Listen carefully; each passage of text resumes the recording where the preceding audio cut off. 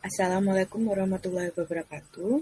Perkenalkan, saya Nidia Artani Ghazali, NIM 041911233028, akan menjelaskan mengenai salah satu materi filsafat ilmu, yaitu Ethical Issues in E-commerce, a renewed analysis based on the multiplicity of customer relationship. Kita sekarang berada di revolusi industri keempat atau disebut juga sebagai industri 4.0. Ditandai dengan peningkatan otomatisasi dan penggunaan mesin pintar dan juga pabrik pintar, data yang diinformasikan membantu memproduksi barang secara lebih efisien dan produktif di seluruh rantai pasok. Teknologi digital ini mengarah pada peningkatan otomatisasi, optimalisasi perbaikan proses, dan tingkat efisiensi serta daya tanggap baru terhadap pelanggan yang sebelumnya tidak dapat dilakukan. Internet merupakan hal yang tidak dapat dilepaskan dengan manusia saat ini. Penggunaan internet secara signifikan telah mengubah sifat perdagangan. Retail tidak lagi dibatasi secara ketat pada ruang fisik. Muncul istilah e-commerce, yaitu model bisnis yang memungkinkan perusahaan atau individu bisa membeli atau menjual barang melalui internet atau online. E-commerce juga dikenal sebagai perdagangan elektronik atau perdagangan internet, mengacu pada pembelian dan penjualan barang atau jasa menggunakan internet dan transfer uang dan data untuk melaksanakan transaksi. Munculnya e-commerce membuka lingkungan bisnis baru, budaya, proses, dan perilaku untuk pemeriksaan etis, yang berarti bahwa analisis etika perdagangan tidak dapat lagi berpegang pada model bisnis tradisional seutuhnya. Artikel yang sedang saya bahas saat ini memperluas analisis terkini masalah etika dalam e-commerce. Sebuah ide yang dikembangkan adalah bahwa e-commerce memunculkan berbagai jenis pilihan moral tergantung pada sifat pertemuan antara pengecer dan pelanggan. Terdapat 3 jenis e-commerce atau perdagangan dengan karakteristik masing-masing yang berbeda. Yang pertama, pure physical, yaitu bertemu secara fisik, melakukan seluruh transaksi di toko. Yang kedua, pure online, yaitu bertemu secara digital, melakukan seluruh transaksi secara online, dan terdapat perantara untuk pengiriman barang. Dan yang ketiga, yaitu hybrid, merupakan pergabungan dari pure physical dan pure online, yaitu bertemu secara fisik di mana pelanggan membayar dan mengambil barang di toko, atau dapat mengirimkan barang langsung ke rumah pelanggan.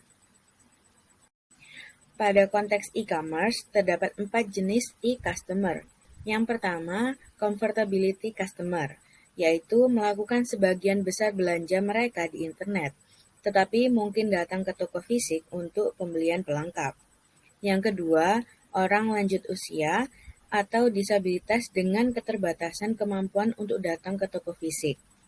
Yang ketiga, yaitu berkebutuhan khusus, merupakan kelompok yang relatif kecil namun masih tetap ada, yaitu pelanggan dengan beberapa jenis disabilitas berupa fobia sosial, penyalahgunaan obat atau alkohol, atau penyakit mental. Dan yang keempat, merupakan kelompok di kategori besar yang dibentuk oleh pelanggan institusional, seperti perusahaan, taman kanak-kanak, sekolah, atau lembaga lainnya. Pesanan yang dilakukan oleh lembaga-lembaga ini cenderung lebih besar dan relatif stabil. Menurut filosofis Martin Buber, karakter relasional manusia didasarkan pada 2 karakteristik dasar relasi, relasi I-thou dan I-it. Hubungan manusia sejati dari karakter I-thou mencakup sifat etis dan kewajiban manusia. Hubungan I-it di sisi lain adalah karakter depersonalisasi, mencerminkan jarak terhadap hubungan antara manusia. Pertemuan antara pihak-pihak yang berinteraksi dalam hubungan I-thou bersifat tidak terlindungi dan langsung, sedangkan pertemuan dalam hubungan I-it lebih tertutup, di mana pengalaman masa lalu memandu perilaku pihak-pihak yang berinteraksi. Hubungan yang tidak dipersonalisasi pada dasarnya adalah pemusnahan atau pengurangan seseorang thou menjadi sebuah it. Semua hubungan mendasar melibatkan perjumpaan dan pengenalan akan seorang thou. Semua hubungan dapat dicirikan sebagai hubungan I-thou dan I-it. Tipologi I-thou dan I-it akan digunakan secara analitis untuk mengkarakterisasi sifat moral yang dibangun dan dari berbagai hubungan e-commerce hybrid. Hubungan e-vendor dan e-customer dapat dipahami dengan hybrid organizational context dan juga dapat mengidentifikasi isu etika yang muncul dengan konteks tertentu seperti permasalahan yang muncul akibat adanya kesusahan untuk menempatkan karyawan di e-commerce ataupun di toko fisik perusahaan. Pelanggan online sebuah perusahaan merupakan pelanggan baru yang sebelumnya tidak dapat dicapai dengan hanya toko fisik saja. Terlepas dari solusi perusahaan yang berbeda, yaitu fisik, online, atau hybrid, perusahaan mengumpulkan cara yang berbeda sejumlah besar informasi tentang pola konsumsi pelanggan dan sebagai konsekuensinya kehidupan secara umum. Dalam istilah Martin Buber, orang dapat berargumen bahwa karakter relasional dari pertemuan ditentukan oleh pilihan apa yang harus dilakukan dengan informasi dan realisasi dari keadaan pelanggan. Jika dilihat pada tabel yang tertera pada slide ini, terdapat permasalahan etika yang dapat muncul ketika memilih suatu perdagangan. Pada perdagangan pure physical, permasalahan etika yang dapat muncul adalah privasi, integritas, hak konsumen, dan aksesibilitas. Sedangkan untuk perdagangan pure online, permasalahan etika yang dapat muncul yaitu privasi, integritas, hak konsumen, solusi untuk lokasi pedesaan, menjangkau lansia, mendidik orang yang sedang dalam keadaan stres, dan masalah fasilitas untuk tidak mengunjungi lansia. Dan ketika perusahaan menggunakan hybrid, maka permasalahan etika yang mungkin terjadi adalah kombinasi dari kedua perdagangan tersebut. Artikel ini memperluas analisis masalah etika saat ini dalam e-commerce. Gagasan yang dikembangkan adalah e-commerce memunculkan berbagai jenis pilihan moral tergantung pada sifat pertemuan antara pengecer dan pelanggan. Pertemuan ini dapat dianalisis dalam kaitannya dengan filosofi relasional Buber.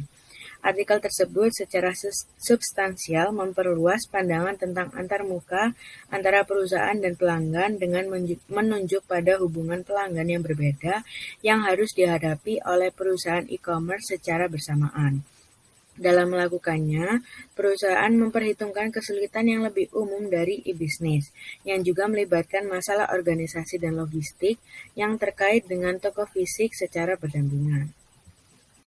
Selanjutnya, memasuki reflective essay saya, yaitu sebelumnya terdapat perkataan dari Frostenson DKK 2017 yang mengatakan bahwa sifat dari masalah etika sangat bergantung pada kondisi struktural dari model bisnis perusahaan yang terlibat dalam e-commerce.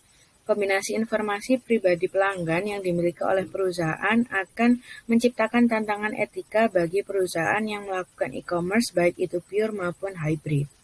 Pada reflective essay kali ini, saya akan membahas mengenai permasalahan informasi pelanggan yang bocor ketika menggunakan e-commerce. Seperti yang kita ketahui, ketika mengakses aplikasi ataupun situs web pertama kali, pengguna akan dianjurkan untuk mendaftar terlebih dahulu dan harus menuliskan data-data pribadi mereka seperti nama, nomor telepon, email, dan lain-lain. Jika seseorang tidak mendaftarkan diri mereka, kebanyakan situs tidak dapat melanjutkan kegiatan mereka di situs tersebut seperti kita sebagai pengguna harus terdaftar terlebih dahulu untuk menggunakan seluruh fitur pada situs tersebut. Namun, pada tahun 2020, terdapat informasi mengenai salah satu marketplace online yang mengalami kebocoran data di Indonesia. Diketahui dari data CNN Indonesia, menyatakan bahwa Tokopedia dilaporkan mengalami peretasan, bahkan jumlahnya diperkirakan hingga 91 juta akun dan 7 juta akun merchant. Data yang diretas dari Tokopedia adalah user ID, email, nama lengkap, tanggal lahir, jenis kelamin, nomor handphone, dan password. Seluruh data tersebut dijual pada dark web oleh peretas dengan harga 5.000 USD atau sekitar 74 juta rupiah. Hal ini merupakan hal yang sangat berbahaya karena data-data yang diretas dapat digunakan oleh orang-orang yang tidak bertanggung jawab dan dapat merugikan banyak pihak. Saat diketahui terjadi peretasan data Tokopedia, hal pertama yang dilakukan oleh Tokopedia adalah mengkonfirmasi peristiwa tersebut dengan cepat oleh perwakilan resmi dari Tokopedia, yaitu Nur Aini Razak, dan menganjurkan untuk seluruh pengguna Tokopedia untuk mengganti password mereka dan juga menggunakan OTP atau one-time password.